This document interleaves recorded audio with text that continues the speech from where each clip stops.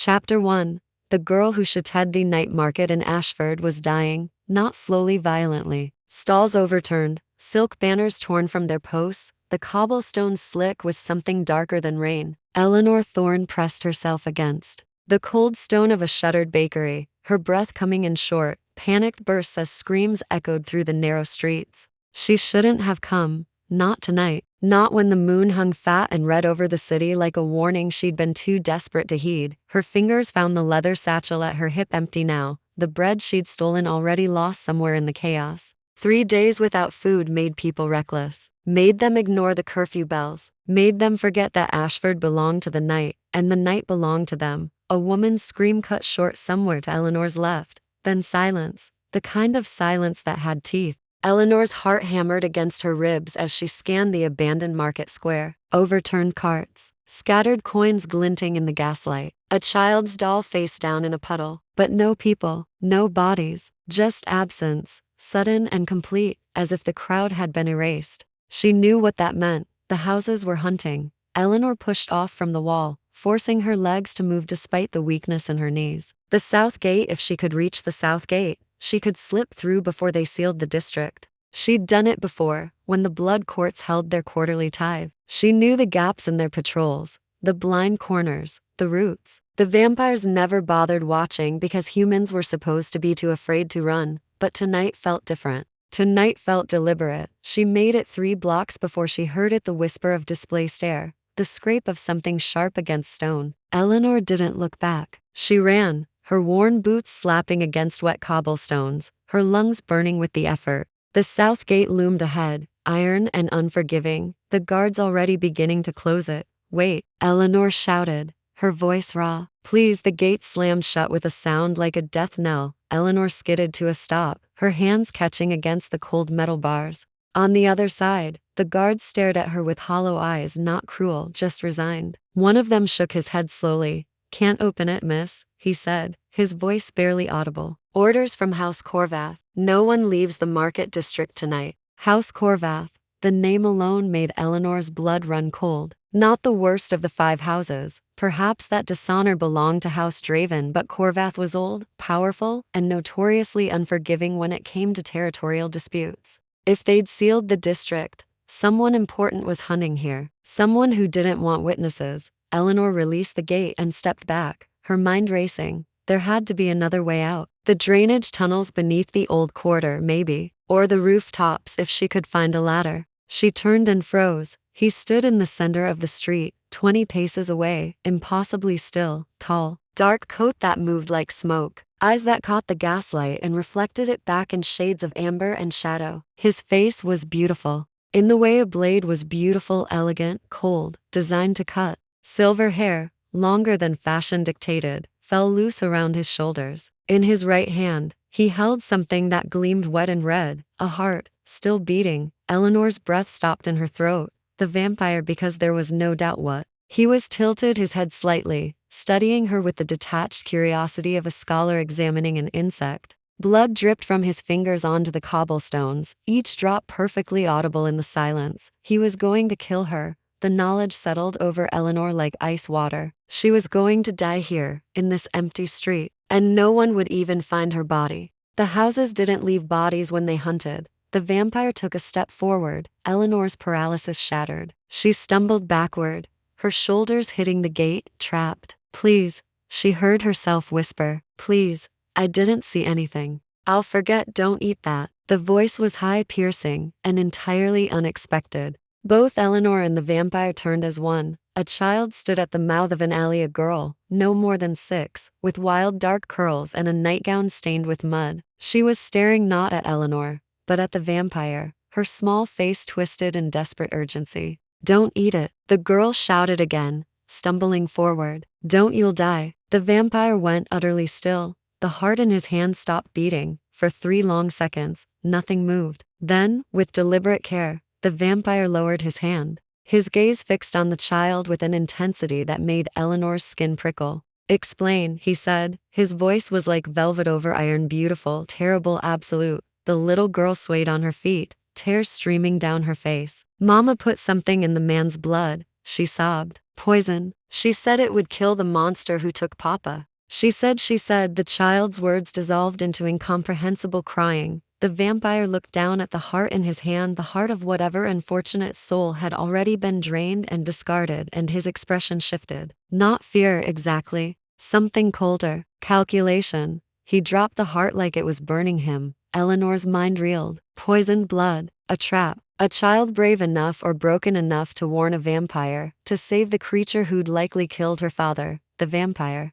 crouched slowly, bringing himself to eye level with the sobbing girl. What poison? He asked quietly. Wolfsbane, the girl whispered. And nightshade. And something else, something Mama made from the church silver. The vampire's jaw tightened. Then he rose, turned, and looked directly at Eleanor. You, he said. Come here. Eleanor's legs refused to move. Now, she found herself walking forward, her body obeying before her mind could form a protest. She stopped 3 paces from him, close enough to see that his eyes weren't just amber but flecked with something darker, like embers dying in ash. Take the child, he said. Get her out of the district. Use the eastern drainage tunnel. The guards don't watch it during hunts. Eleanor stared at him. I don't. Why would you? Because, the vampire interrupted, his voice soft and deadly. House Draven will be here in minutes. They set this trap. They'll kill everyone in this district to hide the evidence, including her. He glanced at the child. And I dislike being used. He stepped closer, and Eleanor smelled rain and old stone and something sweet and copper underneath. Go, he said, before I change my mind about letting you live. Eleanor grabbed the girl's hand and ran. Behind her, the vampire stood alone in the blood-lit street, watching them disappear into the shadows, and smiled. Chapter 2. The sanctuary beneath drainage tunnel smelled like death and forgotten things. Eleanor half-carried, half-dragged the sobbing child through ankle-deep water, her free hand pressed against the slimy stone wall for balance. The girl she'd gasped out her name between sobs. Lily clung to Eleanor's coat with desperate fingers, her small body trembling violently. It's all right, Eleanor whispered, though nothing about this was all right. We're almost through. Just a little further. Above them, through the grates, she heard shouts, the clash of steel, screams that cut off too quickly. House Draven had arrived. Eleanor forced herself to move faster, her boots slipping on the slick stones. The eastern tunnel branched into 3 directions ahead. She chose the middle path, the one that led toward the old church district. Neutral ground, theoretically. The one place the houses couldn't openly hunt without triggering a response from the church. Militant, theoretically.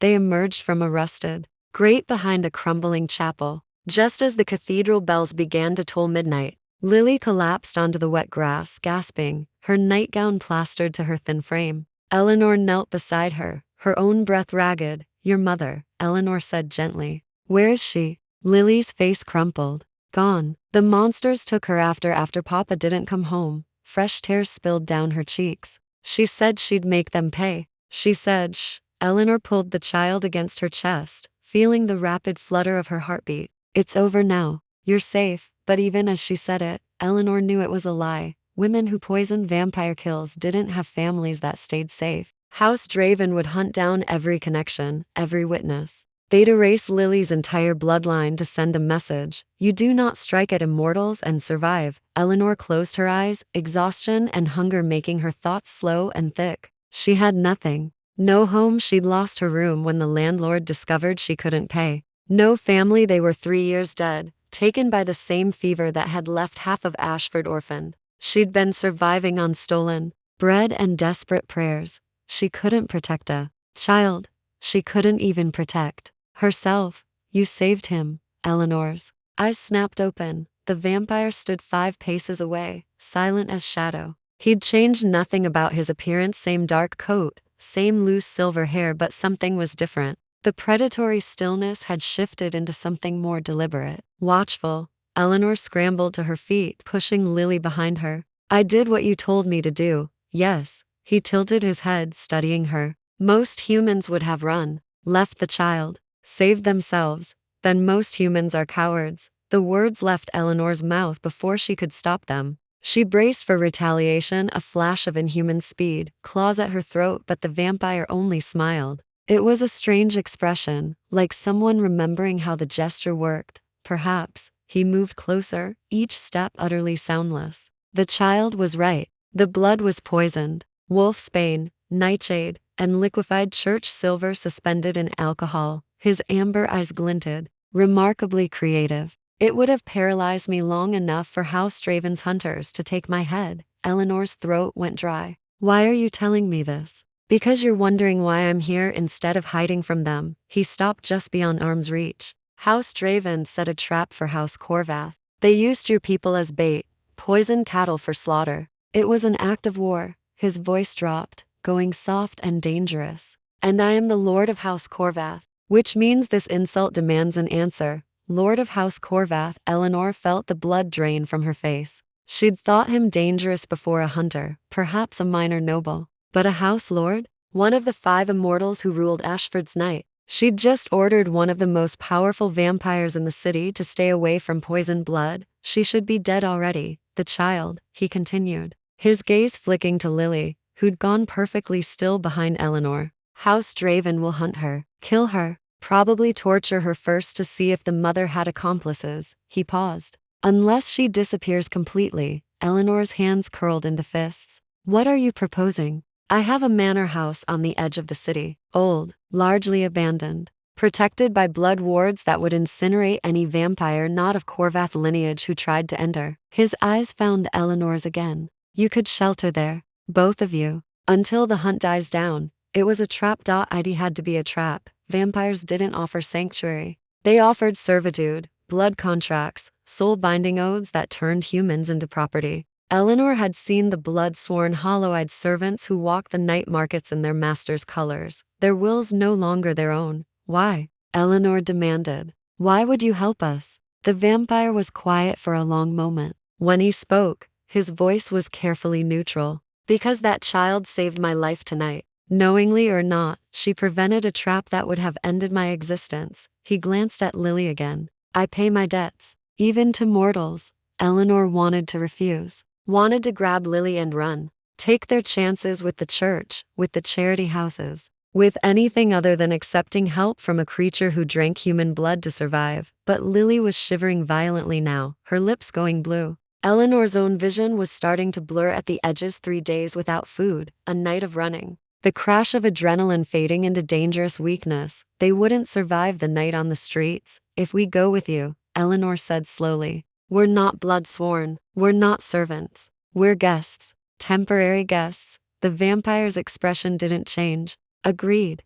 And you don't feed on us. Either of us. Agreed. And you tell me your name. Your real name, not just your title. That made him pause. For the first time, something like surprise flickered across his face, brief, quickly hidden. He studied Eleanor with renewed interest, as if seeing her properly for the first time. Theron, he said finally. Theron Corvath. Eleanor lifted her chin. Eleanor Thorne. And this is Lily. Theron's gaze held hers for a beat longer, something unreadable moving behind his eyes. Then he turned, his coat billowing like wings. Follow me, he said. And stay close. The night isn't finished hunting yet. Eleanor lifted Lily into her arms and followed the vampire into the darkness, wondering if she'd just made the worst mistake of her life, or the only choice that might keep them alive. Chapter 3.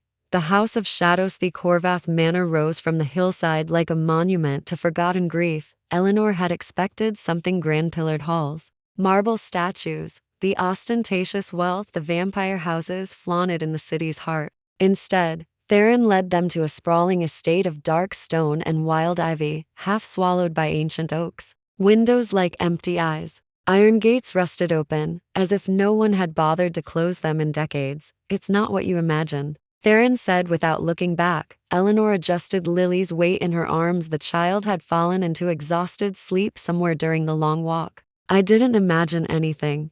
Liar. But there was no heat in the word. You imagine blood-stained marble and golden cages. Every human does. He was right, but Eleanor wouldn't give him the satisfaction of admitting it. They passed through the gates, and Eleanor felt it immediately, a prickling across her skin, like invisible fingers testing her presence. The blood wards. Theron had said they'd incinerate vampires of other houses. She wondered what they did to assess humans. Catalog them? Mark them as permitted guests or future prey. The front doors opened at Theron's touch, groaning on hinges that hadn't been oiled in years. Inside, The manor was a study in beautiful decay. Candlelight flickered to life as they entered, not gas lamps but actual candles in tarnished silver holders, igniting spontaneously, as if the house itself were waking. The entrance hall stretched vast and empty, its wooden floors scarred with age. Furniture sat draped in dust covers like sleeping ghosts. A grand staircase spiraled upward into shadow. The east wing still has furnished rooms, Theron said, already moving toward the stairs. I'll prepare one for you. Eleanor followed, her boots echoing in the silence. You live here alone? Yes. No servants? No blood sworn? Theron paused at the base of the stairs, his hand resting on the banister. I don't keep blood sworn. There was something in his voice, not quite defensiveness, but close. Eleanor filed the information away. A vampire lord who lived alone in a crumbling manor, who didn't keep human servants, who paid debts to mortal children. Nothing about Theron Corvath fit the stories she'd grown up hearing, which made him either remarkably different or remarkably dangerous, possibly both. The room Theron led them to was surprisingly warm. A fire already crackled in the hearth, more of the house's strange awareness, and the bed looked clean despite the manor's general abandonment. Eleanor laid Lily down carefully, pulling the covers over her small form. There's a bathing room through there, Theron said, nodding toward a side door. The water runs cold, but the fire should heat enough for washing. I'll bring food. Eleanor turned to face him. You keep human food in a house you live in alone? His expression remained carefully blank. I keep many things I don't use. He left before she could ask what that meant. Eleanor waited until his footsteps faded, then quickly explored the room. Large, elegantly proportioned, with tall windows overlooking the overgrown gardens. The furniture was old, but quality carved wood, faded velvet, the bones of wealth beneath the dust. A portrait hung above the mantel, a dark-haired woman in old-fashioned dress, her smile sad and knowing. Eleanor looked away. She checked the windows, locked but not barred. The door had no lock at all, which seemed either trusting or ominous. The bathing room was exactly as promised. A large copper tub, a pump that produced ice-cold water, towels that smelled like lavender despite their age. Eleanor was considering whether she dared actually bathe when Theron returned. He carried a tray laden with bread, cheese, sliced meat, and a pitcher of what looked like wine. Real food, not scraps or stolen crusts, but an actual meal. Eleanor's stomach clenched painfully at the sight. Eat, Theron said, setting the tray on a small table near the fire. You're swaying on your feet. Eleanor wanted to refuse out of pride. Instead, she sat and ate like a starving animal, tearing into the bread with shaking hands. It was fresh, soft. She'd forgotten bread could taste like this instead of stale and hard and moldy. Theron watched from across the room, perfectly still, in that unnerving way vampires had. When did you last eat? He asked quietly. Eleanor swallowed. 3 days, maybe 4. And before that, does it matter? It matters if you're going to faint from malnutrition and force me to explain to the child why the woman who saved her collapsed. Eleanor looked up sharply, but Theron's expression remained neutral. She couldn't tell if he was joking or completely serious. With vampires, the line between humor and threat was often invisible. I've been managing, Eleanor said finally. Clearly, Theron moved to the window, his gaze distant. The hunt will continue for 3 days, maybe 4. House Draven will scour the city for anyone connected to the poisoning. After that, they'll assume you're dead or irrelevant. He glanced back at her. You can stay until then. After that, you'll need to decide what comes next. Eleanor set down the bread. And Lily? The child is an orphan now. Even if her mother survived House Draven's purge, she won't risk reclaiming her. Too dangerous. His jaw tightened. Lily needs a new identity, new family, somewhere far from Ashford. And you know people who arrange such things. I know many things. Eleanor Thorne. He said her name like he was testing how it felt in his mouth, including how to make inconvenient humans disappear in ways that don't involve murder. Eleanor studied him, this ancient creature who moved like death but spoke of protecting orphans, who lived alone in a house too large for solitude, who kept food he'd never eat. He was a contradiction wrapped in beautiful, inhuman skin. Why do you live here alone? Eleanor asked. Theron went very still. That's not your concern. You've brought us into your home, your private sanctuary. I think that makes it my concern. For a long moment, Theron said nothing. The firelight caught in his silver hair, turned his amber eyes to flame. When he finally spoke, his voice was barely above a whisper, because everyone who lived here before is dead. And I prefer not to repeat that particular mistake. He turned and left the room before Eleanor could respond. She sat in the firelight, listening to Lily's soft breathing, and wondered what kind of grief it took to hollow out a vampire. Chapter 4. In human rhythms, Eleanor woke to silence, not the comfortable quiet of sleep, but the heavy, watching silence of a house that had forgotten how to breathe. She sat up slowly, disoriented. Pale dawn light filtered through the curtains. She'd slept the entire night without waking once. Her body finally surrendering to exhaustion, Lily still slept beside her, curled into a tight ball. Her face peaceful for the first time since the market, Eleanor slipped from the bed and padded to the window. The garden stretched wild and overgrown below, morning mist clinging to the ground like scattered ghosts. Beautiful, in a melancholy way. Like everything else in this house, she needed to find Theron. The thought surprised her she should want to avoid him, not seek him out. But his words from last night circled in her mind. Everyone who lived here before is dead. There was a story there, carved into the bones of this empty manor. And Eleanor had always been curious for her own good. She found him in what must have once been a library. Floor-to-ceiling shelves lined the walls, but most stood empty, books scattered across tables and floors, as if someone had pulled them down in a fury and never bothered putting them back. Theron sat in a high-backed chair near the window, utterly motionless, his eyes closed. Eleanor froze in the doorway. Was he sleeping? Did vampires sleep sitting up? Did they sleep at all? Or was this something else, some kind of meditation or death-like stasis she shouldn't interrupt? You can come in, Theron said, without opening his eyes. Your heartbeat announced you from the hallway. Eleanor's hand flew to her chest instinctively. You can hear my heart? I can hear the mouse nesting in the east wall. I can hear the gardener's daughter singing 3 miles away in the village. He opened his eyes, turning his head to look at her. Human senses are remarkably dull in comparison. It must be like living underwater. Eleanor stepped into the room, navigating around piles of books. Is that what you were doing just now? Listening? Waiting for sunrise? He gestured toward the window, where the light was growing stronger, shifting from gray to gold. I can't leave the house during the day. The sun won't kill me, that's a myth, but it weakens me considerably, makes me vulnerable. So I wait until it passes.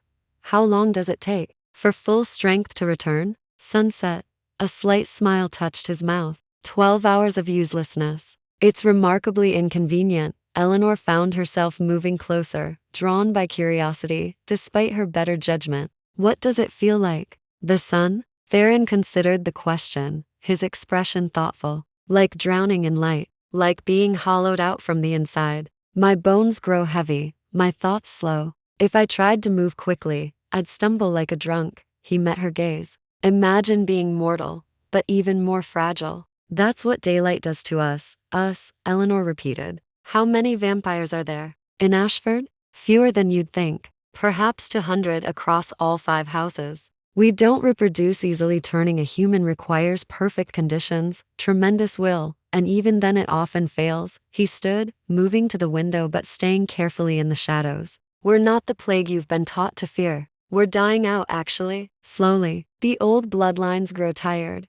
There was something unbearably sad in the way he said it. Eleanor watched him from across the room, noting details she'd missed in the chaos of last night. The way he held himself with perfect, practiced control. The slight shadows beneath his eyes. Could vampires get tired? The ring on his right hand, silver and old, engraved with symbols she didn't recognize. The portrait in my room, Eleanor said. Who is she? Theron's shoulders tensed. Someone I failed to protect.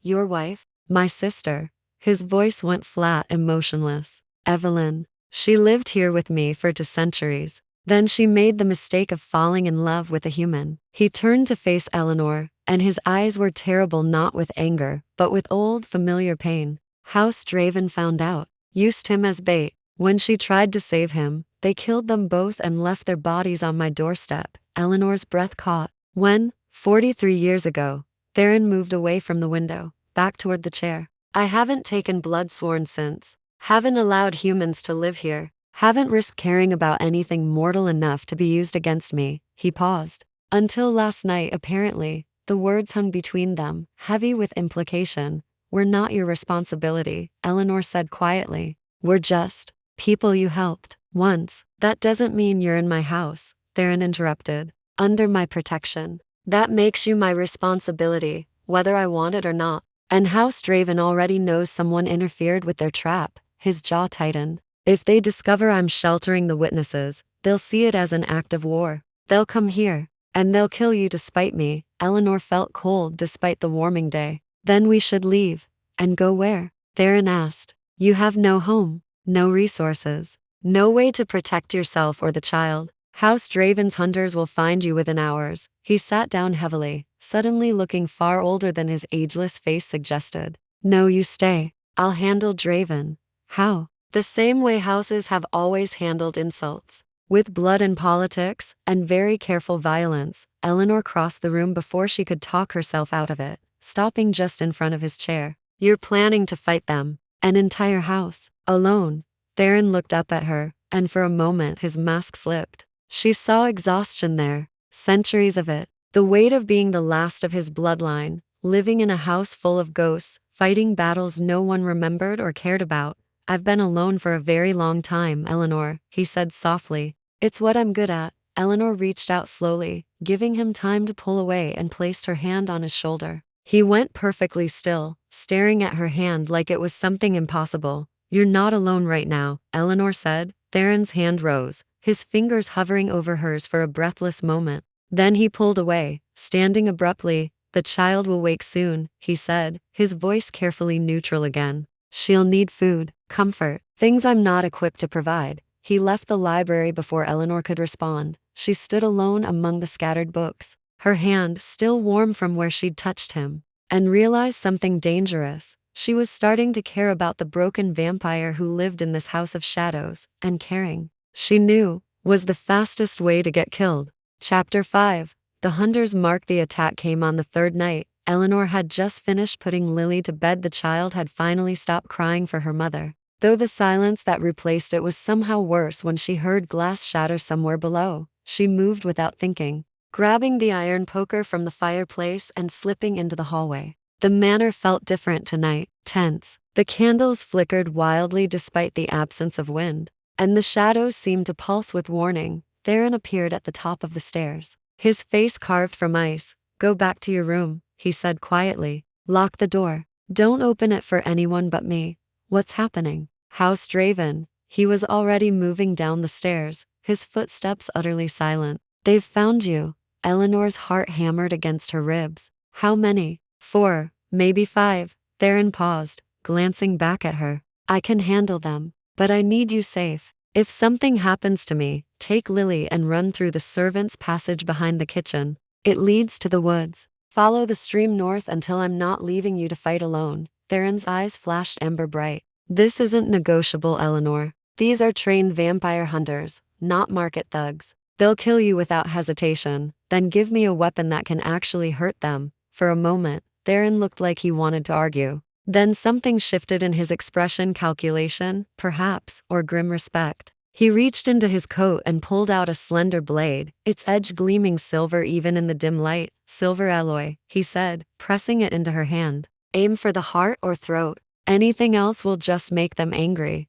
His fingers lingered on hers. Stay behind me. If I tell you to run, you run. Understood? Eleanor nodded, her mouth too dry for words. They descended the stairs together. The entrance hall had transformed into a battlefield. 3 vampires stood among the shattered remnants of the front windows, their eyes reflecting the candlelight like animals caught in a trap. They wore House Draven's colors, deep crimson and black, and moved with the coiled grace of predators assessing prey. The largest one smiled when he saw Theron. Lord Corvath, he said, his voice smooth as poison. We've been looking for you, Kale. Theron's tone was utterly flat. Breaking into another lord's home. How remarkably stupid, even for Draven's spawn. Kale's smile widened. We're not here for you. Just the humans you're hiding. The woman and child who interfered with our hunt. His gaze slid to Eleanor, and she felt it like ice down her spine. Hand them over, and we'll leave your pretty house intact. No, the word dropped into the silence like a stone into still water. Kale's expression hardened. You're choosing mortals over peace between our houses? Over a nameless woman and an orphan child? I'm choosing to honor a debt, Theron said softly. Something your house has forgotten how to do.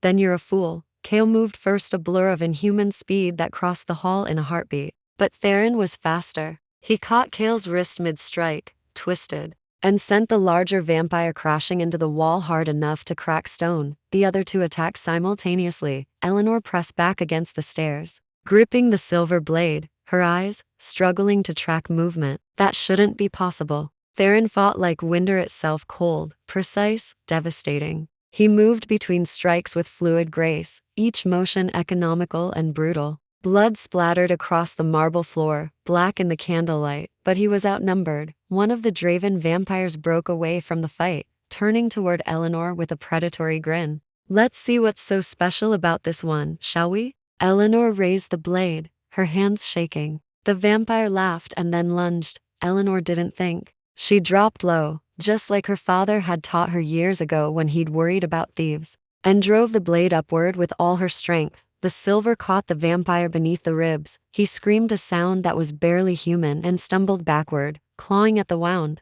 Black blood poured between his fingers, smoking where it touched the silver. He stared at Eleanor with shock and rage, then collapsed, convulsing. Eleanor stood frozen, the bloody blade trembling in her grip. Eleanor down. She dropped just as another vampire's claws whistled over her head. Theron was there in an instant, his hand closing around the attacker's throat. There was a sickening crack, and the vampire went limp. Kale roared in fury and threw himself at Theron with renewed violence. They crashed through the entrance hall, destroying furniture, tearing paintings from walls. Eleanor saw Theron take a blow that should have broken his spine, saw him retaliate with strikes that drew arterial sprays of black blood. Then Kale's hand found a shard of broken window glass, not just glass. Eleanor realized, but glass backed with iron, and drove it into Theron's shoulder. Theron's face went white. He staggered, and Kale pressed his advantage, forcing him down. "Iron," Kale hissed. "Your precious blood wards don't help against what's already inside, do they?" Eleanor moved without conscious thought. She grabbed a candelabra from the mantel and swung it with everything she had. It connected with Kale's skull with a resonant clang that sang through the hall. The vampire stumbled sideways, and Theron surged upward, ripping the iron-backed glass from his own shoulder and driving it into Kale's chest. Kale's eyes went wide. He tried to speak, but only blood came out. Then he crumpled, not quite dead, but too injured to continue fighting. Silence crashed over the hall. Eleanor dropped the candelabra, her entire body shaking. The vampire she'd stabbed had stopped convulsing and lay terrifyingly still. The other two were either dead or incapacitated. And Theron was bleeding. Black blood soaked through his shirt, spreading from the wound in his shoulder. He swayed on his feet, his face ashen. "You're hurt," Eleanor said, her voice strange and distant. "I'll heal." But his voice was weaker than before. "By tomorrow night, it will be." His knees buckled. Eleanor caught him, or tried to. He was far heavier than he looked. All that inhuman strength, suddenly dead weight. They went down together, Eleanor cushioning his fall as best she could. "Theron," she said urgently. "Theron, stay with me." His eyes opened, unfocused. "Iron. Slows healing. Need blood. Need." He turned his face away. "You should go. Before I lose control." Eleanor looked at the wound, at the black blood still seeping through his shirt, and understood. He was starving, and wounded, and surrounded by fresh corpses. "What do you need?" Eleanor asked. "Eleanor, don't. What do you need to heal?" Theron's gaze found hers, desperate and terrified. "Blood. Living blood." "But I won't, I can't." Eleanor understood what he was offering, what he was refusing. She made her choice. Chapter 6. The blood. Eleanor pushed up her sleeve, exposing the pale skin of her inner wrist. "No." Theron's voice was raw, desperate. "Eleanor, no. You don't understand what you're offering." "I understand perfectly." Eleanor held her wrist closer to him, ignoring the way her hand trembled. "You're dying. You need blood." "I have blood. The mathematics are simple. It's not." Theron tried to push himself away, but the iron poisoning had stolen his strength. "Feeding creates a bond, a connection. You'll feel what I feel. I'll taste your emotions, your fears, your." He broke off, breathing hard. "It's intimate in ways humans aren't prepared for. And once the bond forms, breaking it is difficult." "How difficult?" "Painful. For both parties." His eyes were fever bright now, his pupils blown wide. Eleanor could see him fighting himself, fighting the instinct that screamed at him to feed. "Please, just go." Lock yourself in your room. I'll heal eventually. I just need how long will eventually take. Theron's jaw clenched. 3 days. Maybe 4. And what happens if more Draven vampires come before then? What happens to Lily if you're too weak to protect us? Eleanor leaned closer, her voice dropping. You saved us, Theron. Let me save you back. Something broke behind his eyes, resistance crumbling under necessity and pain. Just enough to heal, he whispered. Just enough to survive. I won't take more than that, I swear. Eleanor nodded and held out her wrist. Theron's hand closed around it, his fingers ice cold against her skin. He stared at her pulse point for a long moment, and Eleanor saw him shaking, whether from need or fear. She couldn't tell. It will hurt, he said quietly. At first. Then it won't. I trust you. The words seemed to undo him. Theron pulled her wrist to his mouth and bit down. The pain was immediate and sharp, like twin needles of ice piercing her skin. Eleanor gasped, her free hand clutching at Theron's coat. But he was right, the pain faded within seconds, replaced by something else. Something strange and warm and almost pleasant. She felt him drinking, felt her blood flowing out of her and into him, and with it came a sensation she had no words for. Like being turned inside out. Like standing in a doorway between 2 rooms and existing in both at once. She felt his relief, a wave of it. Desperate and overwhelming. She felt his shame burning and bitter. She felt his hunger, not just for blood, but for connection, for touch, for something he'd denied himself for decades. And beneath it all, she felt his fear. Terror that he'd lose control. Terror that he'd hurt her. Terror that she'd look at him with disgust when this was over, and see him for the monster he believed himself to be. You're not a monster, Eleanor thought, and felt him shudder against her wrist. He could hear her thoughts. The realization should have terrified her. Instead, Eleanor felt a strange sense of rightness, as if this connection had been waiting to happen all along. Eleanor, his voice in her mind, ragged and aching. You need to stop me. I can feel myself taking too much. Then stop yourself, she thought back. I trust you to know when it's enough. She felt his conflict, the animal part of him that wanted to keep drinking, to take everything she had, warring with the man who'd rather die than harm her. For a long, terrible moment, she didn't know which would win.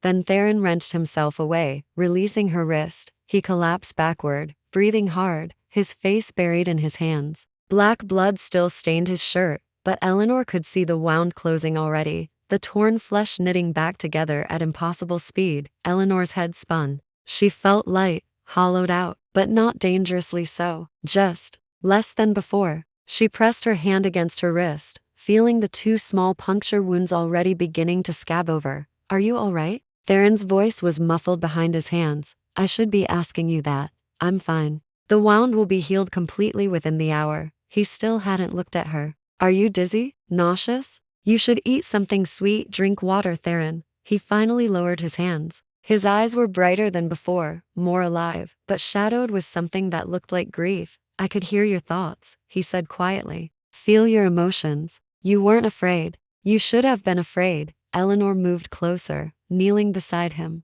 Maybe I'm tired of being afraid. Or maybe you're too brave for your own good. His hand rose, hovering near her face as if he wanted to touch her, but didn't dare. The bond will fade. In a few days, maybe a week. You won't feel me anymore. And I won't feel you. It's temporary. What if I don't want it to be temporary? The words left Eleanor's mouth before she could stop them. Theron went perfectly still. You don't know what you're saying.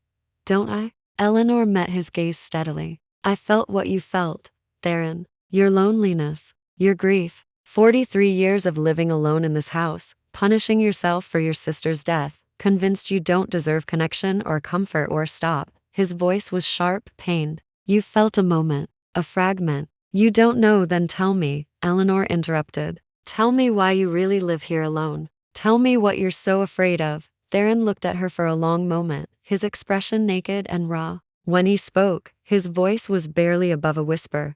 I'm afraid that everyone I care about dies. And I'm afraid that one day I'll stop caring altogether, and that will be worse than any death. He turned away. You should go back to your room. Rest. The bond makes humans vulnerable to emotional bleeding. You'll feel echoes of my thoughts for a few hours. It's intrusive. Eleanor reached out and caught his hand before he could pull away completely.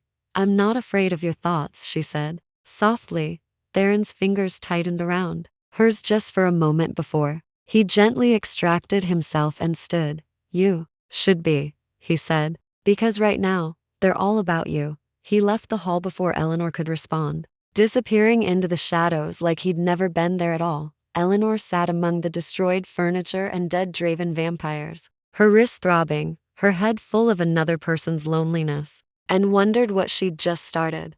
Chapter 7. Aftermath. And ash morning came gray and cold. Eleanor woke to find Lily sitting at the window, staring out at nothing. The child hadn't spoken since the attack. She'd slept through the violence, but children always knew when death had visited, even if they hadn't witnessed it. Are the bad people gone? Lily asked without turning. Eleanor crossed the room and knelt beside her. Yes, they won't come back.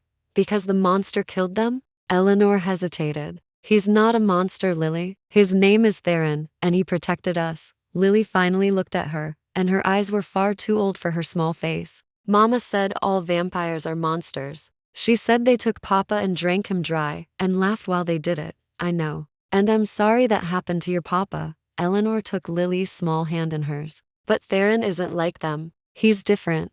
How do you know? Because I felt his heart breaking when he fed from me, Eleanor thought. Because I felt 43 years of grief and guilt and loneliness so deep it nearly drowned me. But she couldn't say that to a child, because he could have hurt us a dozen times by now. And he hasn't, Eleanor said instead. Because he gave us shelter when we had nowhere else to go. Lily was quiet for a long moment. Do you like him? The question caught Eleanor off guard. I don't know him well enough to. You're lying, Lily said with the brutal honesty of children. Your face gets soft when you talk about him. Like Mama's face used to get when she talked about Papa. She squeezed Eleanor's hand. It's okay to like him, even if he's scary. Eleanor didn't know how to respond to that. A knock at the door saved her from having to try. Come in, Eleanor called. Theron entered, and Eleanor's breath caught. He looked different in daylight, still pale, still inhumanly beautiful, but softer somehow. Vulnerable in ways the night never revealed.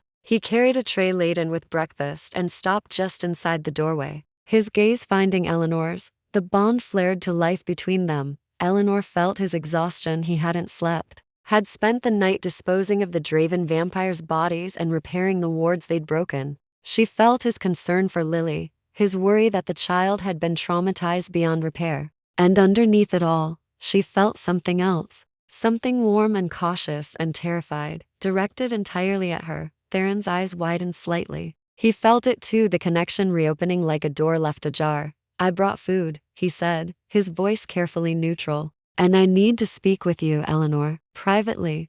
Lily looked between them with knowing eyes. I can eat by myself. Eleanor waited until Lily had settled at the small table before following Theron into the hallway. He led her to the library, the one room in the house that felt lived in, and closed the door behind them. House Draven will know their hunters failed by now, Theron said, without preamble. They'll send more, stronger ones. And they'll come during the day, when I'm weakest. Eleanor's stomach dropped. How long do we have? A day, maybe less. He moved to the window, staying in the shadows. I've sent word to the other houses. Corvath formally requests council arbitration over Draven's breach of sanctuary law. They can't ignore that without risking unified retaliation from the other 3 houses. And if they do ignore it, then we're at war.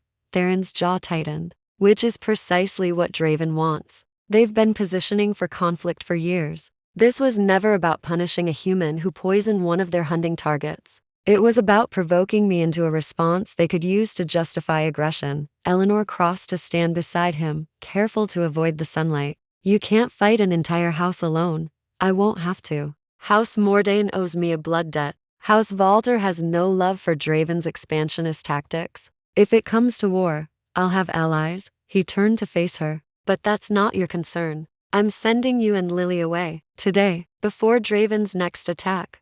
Where? North, to the coast. I have contacts. They're humans who owe me favors, who can provide new identities and passage to the continent if necessary. He pulled a folded letter from his coat. This will grant you access to funds held in my name. Enough to start over. Enough to keep Lily safe. Eleanor stared at the letter, but didn't take it. You're sending us away. I'm keeping you alive.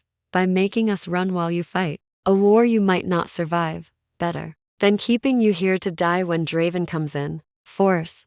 His voice sharpened. This isn't negotiable, Eleanor. You and the child leave at sunset. I've arranged an escort. No, Theron blinked. Excuse me? I said no. Eleanor stepped closer, close enough to see the flecks of darker amber in his eyes. You gave me a choice when you brought us here. Guest or servant, freedom or obligation. You don't get to take that choice back just because things got dangerous. This is different, how? Because you might actually care whether I live or die? The words came out sharper than Eleanor intended, but she didn't take them back. I felt what you felt last night, Theron. I know what I mean to you. And I'm telling you that I'm not running. Theron's expression shifted shock, anger, and underneath it all, something that looked dangerously close to hope. You're being foolish, he said quietly, probably. But I'm also right. Eleanor held his gaze. You've been alone for 43 years. You've convinced yourself that caring about people makes you weak, that connection is just another wound waiting to happen.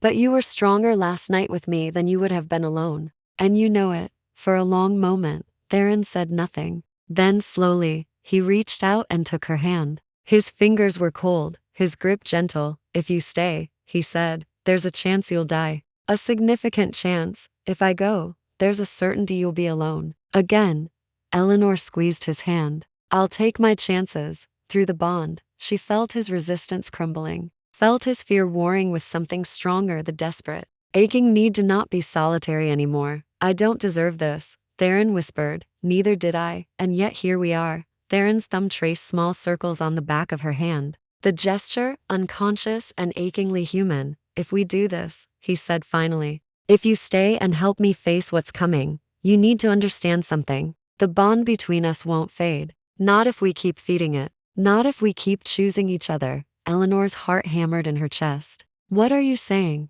I'm saying that what happened last night was only the beginning. Feed me again, stand with me again, and the bond becomes permanent. You'll feel me for the rest of your life, and I'll feel you.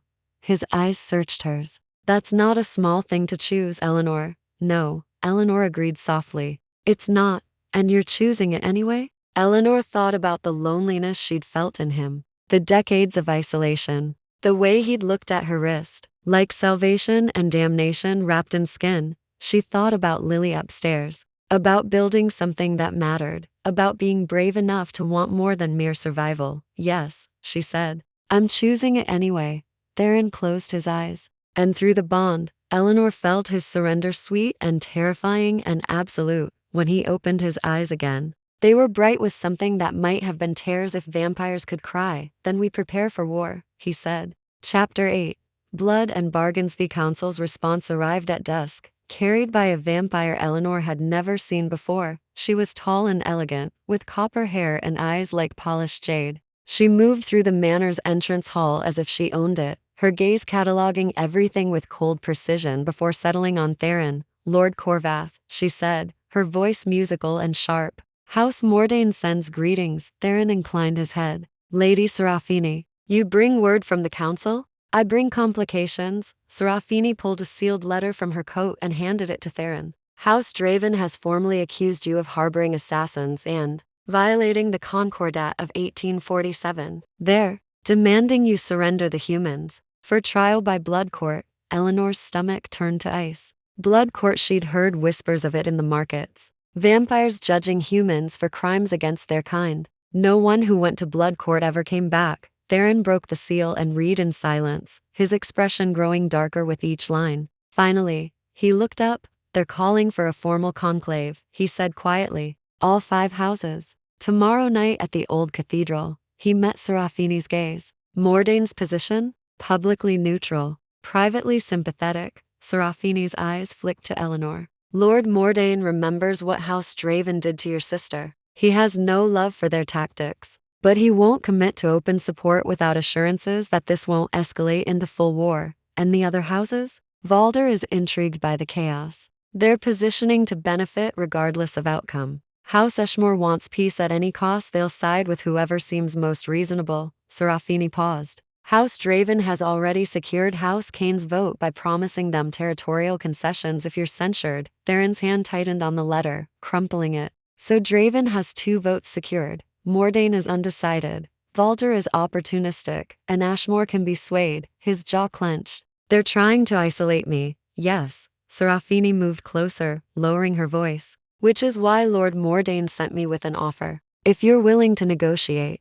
What kind of offer? Surrender the child. Keep the woman. Draven's primary demand is the orphan. She's the daughter of the poisoner, and they want blood justice. If you give them Lily, they'll withdraw their complaint about the woman. The conclave will vote to censure you for harboring one fugitive instead of two. Minimal punishment. No war. Eleanor's vision went white at the edges. No, she said, her voice cutting through the room like broken glass. Absolutely not. Serafini turned to her with mild interest. You're the woman, I presume? The one Lord Corvath risked everything to protect? I'm the woman who will burn this entire house down before I let you trade a child's life for political convenience. Eleanor snapped. To her surprise, Serafini smiled. Good, I was hoping you'd say that.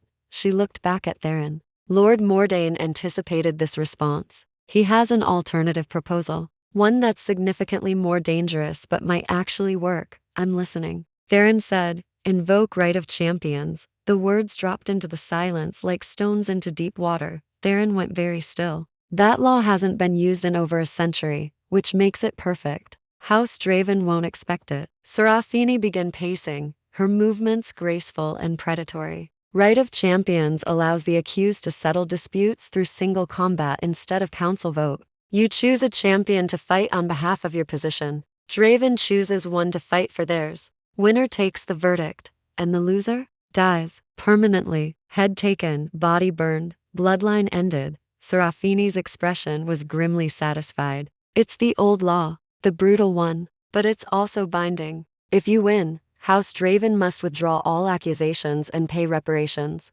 If you lose, she shrugged. Well, you won't be around to care. Eleanor felt sick. You're suggesting Theron risk his life in single combat? Not Theron. Serafini turned to her. You.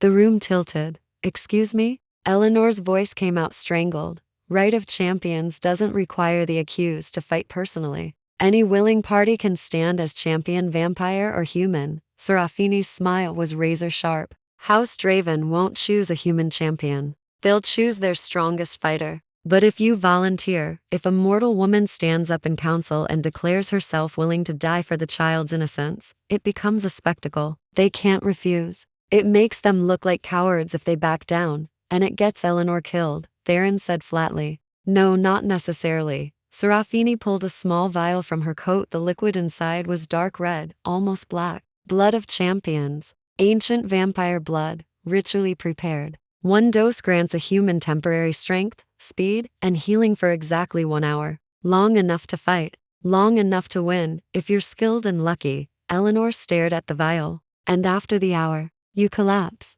Sleep for 3 days. Wake up, mortal again. Serafini set the vial on a nearby table. It's not a perfect solution, but it's a chance. Which is more than you'll have if this goes to council vote. Theron moved between Eleanor and Serafini, his expression thunderous. You're asking her to fight a centuries-old vampire in single combat with an hour of borrowed power. That's not a chance, it's suicide dressed up as hope, perhaps. But it's also the only play that doesn't end with you dead or the child executed. Serafini met his gaze evenly. House Draven is engineering this entire scenario to eliminate you, Theron. They don't care about the poisoner or her child. They care about removing the last obstacle to expanding into Corvath territory. If you go to that conclave without a strategy, you lose. If you fight personally as champion, they'll challenge it as self-interest and demand a neutral judge. But if the woman fights, then it becomes a story, Eleanor said quietly, understanding? The powerless mortal defending an orphaned child against vampire injustice.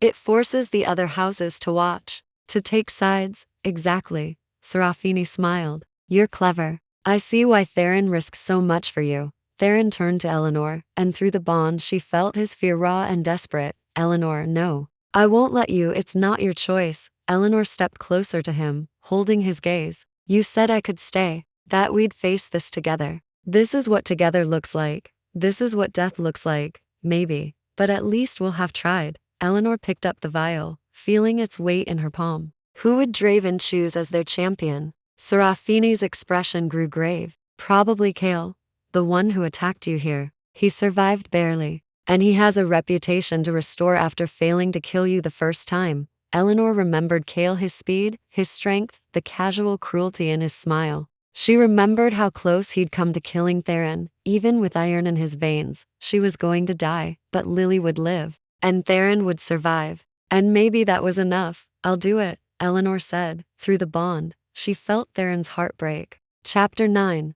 The night before, Theron didn't speak to her for 3 hours after Serafini left. He stood at the library window, watching the darkness gather, his silence heavy as stone. Eleanor sat by the fire with Lily, helping the child practice her letters, pretending her hands weren't shaking every time she thought about tomorrow night. Finally, when Lily had fallen asleep curled against Eleanor's side, Theron spoke. You don't have to do this. Eleanor carefully extracted herself from beneath Lily, covering the child with a blanket before crossing to stand beside him. Yes, I do. We could run. All 3 of us. Leave Ashford tonight. Disappear into the countryside. The houses wouldn't pursue beyond their territories. It's not worth the resources. And you'd spend the rest of your existence looking over your shoulder, waiting for Draven to find you weak enough to finish what they started. Eleanor shook her head. That's not living, Theron. That's just slower dying. His hand clenched on the windowsill. Better slow death than watching you torn apart by a creature 3 times your strength. You don't know I'll lose, don't I? He finally turned to face her, and his eyes were anguished. I've seen Cale fight, Eleanor. I've fought him myself. He's 200 years old, trained in combat since before your grandparents were born. The blood of champions will give you an edge, but not enough. Not against him. Eleanor stepped closer, close enough to feel the cold radiating from his skin. Then teach me. Theron blinked. What? You have until tomorrow night. Teach me how to fight him. Show me his weaknesses, his patterns, anything that might give me an advantage. She caught his hand, lacing her fingers through his. You said we'd do this together, so help me survive it. Through the bond, she felt his conflict, the part of him that wanted to lock her in this house and face the conclave alone, warring with the part that respected her choice, her courage, her stubborn refusal to be saved without fighting. Finally, he squeezed her hand. All right, he said quietly, but we do this properly. No half measures. If I'm going to teach you to kill a vampire, I'm going to teach you everything. They trained through the night. Theron cleared the entrance hall, pushing aside broken furniture and covering the bloodstains with canvas. He moved with controlled precision, every gesture economical. And Eleanor realized she was seeing him in his element, not the wounded protector or the lonely lord, but the warrior he'd been for centuries before grief hollowed him out. Vampires are faster than humans,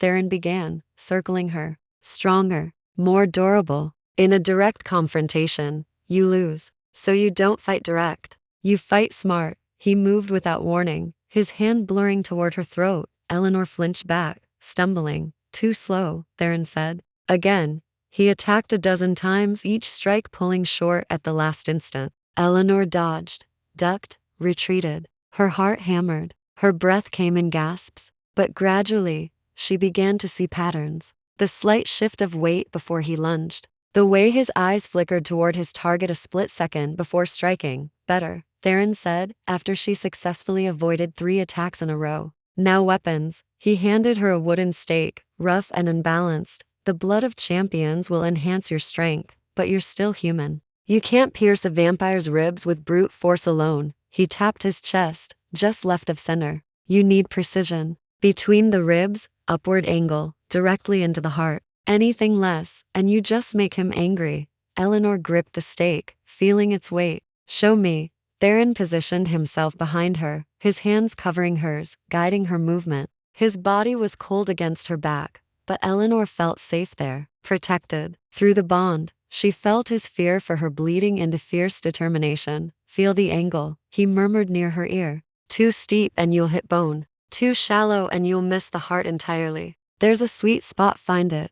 They practiced the motion 50 times. 100. Eleanor's arms burned, her shoulders ached, but she kept going, kept adjusting until the angle felt natural, inevitable. Good, Theron said finally, stepping back. Now speed. He taught her to read his tells, to anticipate his movements. Taught her that vampires were arrogant, used to opponents who couldn't match their speed, and that arrogance created openings. Taught her dirty tricks, sand in the eyes, strikes to the throat, using her smaller size to get inside his reach, where his strength became a liability. Dawn was breaking when Eleanor finally landed a hit, the wooden stake pressed against Theron's chest, right over his heart, and for a moment neither of them moved. Eleanor was pressed against him, breathing hard, her entire body trembling with exhaustion and adrenaline. Through the bond, she felt his pride, his terror, his desperate aching love. The realization hit Eleanor like a physical blow. He loved her. Theron's eyes widened. He felt her understanding through the bond,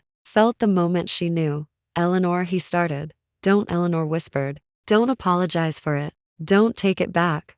I wasn't going to. His hand came up, hovering near her face. I was going to say that it's the worst possible timing, that I should have kept my distance, maintained objectivity, that caring about you makes tomorrow night infinitely harder to bear, and yet I can't bring myself to regret it. His thumb traced her cheekbone, feather light. Even knowing what's coming, even knowing I might lose you, I can't regret this. Eleanor turned her face into his palm, feeling the coolness of his skin. I don't regret it either. You should. I'm a terrible investment. Emotionally compromised, strategically foolish. Prone to brooding, Eleanor kissed him. It was impulsive, graceless, driven by exhaustion and fear and the desperate need to feel something alive before she faced death tomorrow. But Theron responded instantly, his arms coming around her, one hand tangling in her hair. He kissed like a drowning man finding air, desperate, reverent, achingly careful. Through the bond, Eleanor felt everything he couldn't say. 4 decades of loneliness crashing against this single moment of connection. The terror of opening himself to loss again. The fragile, fierce hope that maybe this time would be different. When they finally broke apart, both breathing hard, Theron rested his forehead against hers. Promise me something, he whispered. Anything. Tomorrow night, when you drink the blood of champions and face Kale, promise me you'll fight to win. Not to save me, not to protect Lily, but because you want to live. His hands framed her face. Promise me you'll be selfish. Eleanor's throat tightened. I promise, liar.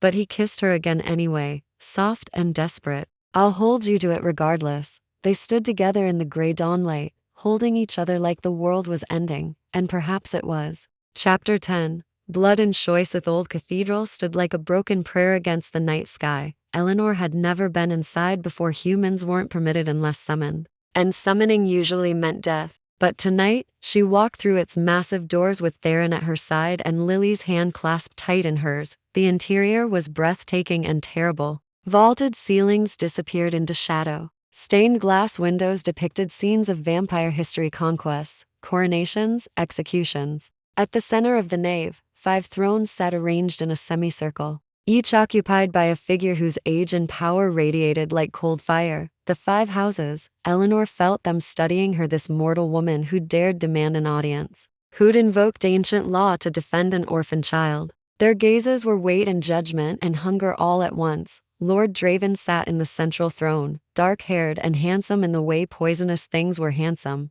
He smiled when he saw Eleanor, all teeth and anticipation. Lord Corvath, he said, his voice carrying through the cathedral. You've brought the fugitives. How unexpectedly compliant. I've brought witnesses, Theron corrected coldly, and invoked right of champions to settle your spurious accusations. A murmur rippled through the assembled vampires. There were perhaps 50 in attendance. Representatives from each house come to watch the spectacle. Lady Mordain leaned forward, her copper hair gleaming in the candlelight. Right of champions requires a willing combatant. Who stands as your champion, Corvath?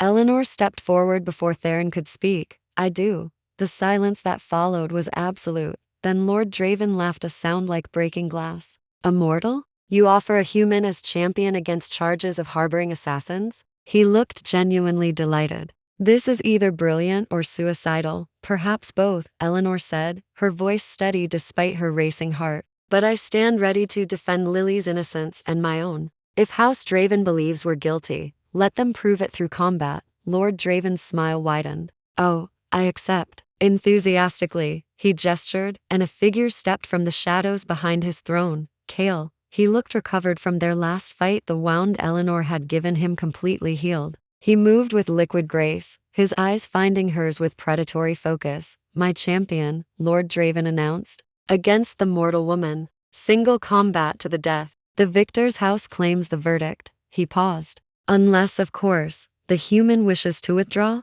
I'd understand if she's reconsidered her courage. Eleanor felt Theron's hand on her shoulder, felt his fear through the bond like ice in her veins. You can still walk away, his voice whispered in her mind. I'll find another way, please. Eleanor covered his hand with hers, squeezed once, then stepped forward into the center of the nave. I don't withdraw, she said clearly. I fight. The cathedral erupted in whispers. Lady Ashmore, pale and ethereal, raised her hand for silence. The human has invoked her right. The combat will proceed according to old law, to the death or surrender. No interference from either house. She looked at Eleanor with something that might have been pity. Do you understand the terms mortal? I understand. Then prepare yourself. Serafini appeared at Eleanor's side, the vial of blood of champions in her hand. She uncorked it, and the smell hit Eleanor immediately. Copper and iron and something older, wilder. Drink all of it, Serafini whispered. You'll feel it immediately. Don't fight the change, let it fill you. You'll have exactly 1 hour. Eleanor took the vial and drank. The blood was cold going down, but it hit her system like lightning. Eleanor gasped as power flooded through her senses sharpening, her muscles flooding with impossible strength. She felt her heartbeat accelerate, felt something ancient and furious wake in her blood. The world snapped into brutal clarity. She could hear everything. Lily's frightened breathing 20 paces away. Theron's unnecessary heartbeat, stuttering with fear. The whisper of fabric as the assembled vampires shifted in anticipation. She could see every detail of Cale's face, every micro-expression of confidence and contempt, and she felt fast. Cale circled her, amused. I'm going to enjoy this. Breaking Corvath's little pet in front of the entire council. Making him watch you die screaming. Eleanor didn't respond. She watched his feet, his shoulders, remembering everything Theron had taught her. Cale attacked. He was faster than before, faster than should be possible. But Eleanor saw it,